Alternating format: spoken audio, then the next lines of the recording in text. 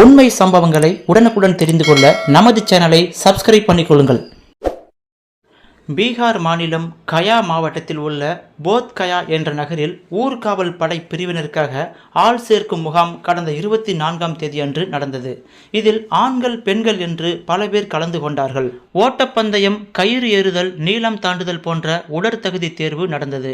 அப்படி தேர்வு நடந்து கொண்டிருந்த பொழுது அதில் கலந்து கொண்ட 26 வயது இளம்பெண் ஒருவர் திடீரென்று மயங்கி விழுந்தார். உடனடியாக ஆம்புலன்ஸை வரவழைத்து அந்த பெண்ணை அருகில் உள்ள மருத்துவமனைக்கு அனுப்பி வைத்தார்கள். ஆம்புலன்ஸில் மயக்கம் தெளிந்து அந்த பெண் கண் விழித்து பார்த்த பொழுது ஆம்புலன்ஸ் ஓட்டுநர் அந்த பெண்ணை பாலியல் பலாத்காரம் செய்து கொண்டிருந்தார். உடல் பலவீனமான நிலையில் இருந்ததால் அந்த பெண்ணால் எதிர்ப்பு எதுவும் தெரிவிக்காத நிலையில் ஆம்புலன்ஸ் ஓட்டுநர் அந்த பெண்ணை விடாமல் பாலியல் பலாத்காரம் செய்து கொண்டிருந்தார்.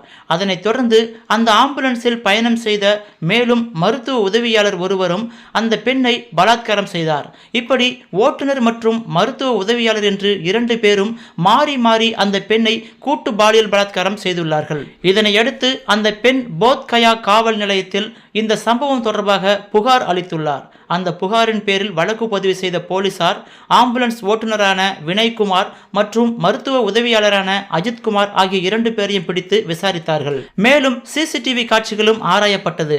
இதனையடுத்து அவர்கள் இருவரும் குற்றத்தில் ஈடுபட்டது உறுதியானது. இருவரையும் போலீசார் கைது செய்தார்கள்.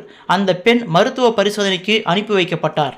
ஊர்காவல் படையில் சேர்வதற்காக உடல் தகுதி தேர்வில் பங்கேற்ற பெண் மயக்கம் போட்டு விழுந்த நிலையில் அவரை அவசர சிகிச்சைக்காக மருத்துவமனைக்கு கொண்டு செல்லாமல் ஆம்புலன்ஸிலே வைத்து ஈவு இரக்கமின்றி பாலியல் பலாத்காரம் செய்த சம்பவம் பீகாரில் பெரும் பரபரப்பை ஏற்படுத்தியிருக்கிறது.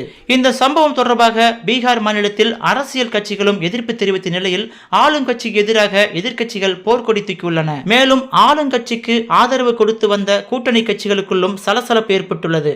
குற்றங்கள் பெருகிவிட்ட இந்த அரசை ஆதரிப்பது எங்களுக்கு வருத்தமாக இருக்கிறது என்று கூட்டணி கட்சிகள் போர்க்கொடி தூக்கியுள்ளன. இந்த செய்தி வெளியாகி நாடு முழுவதும் மிகுந்த பரபரப்பை ஏற்படுத்தியிருக்கிறது. இந்த செய்தியை பற்றி உங்களுடைய கருத்துக்களையும் மறக்காம பதிவிடுங்கள். உண்மை சம்பவங்களை உடனுக்குடன் தெரிந்து கொள்ள நமது சேனலை சப்ஸ்கிரைப் பண்ணிக்கொள்ளுங்கள்.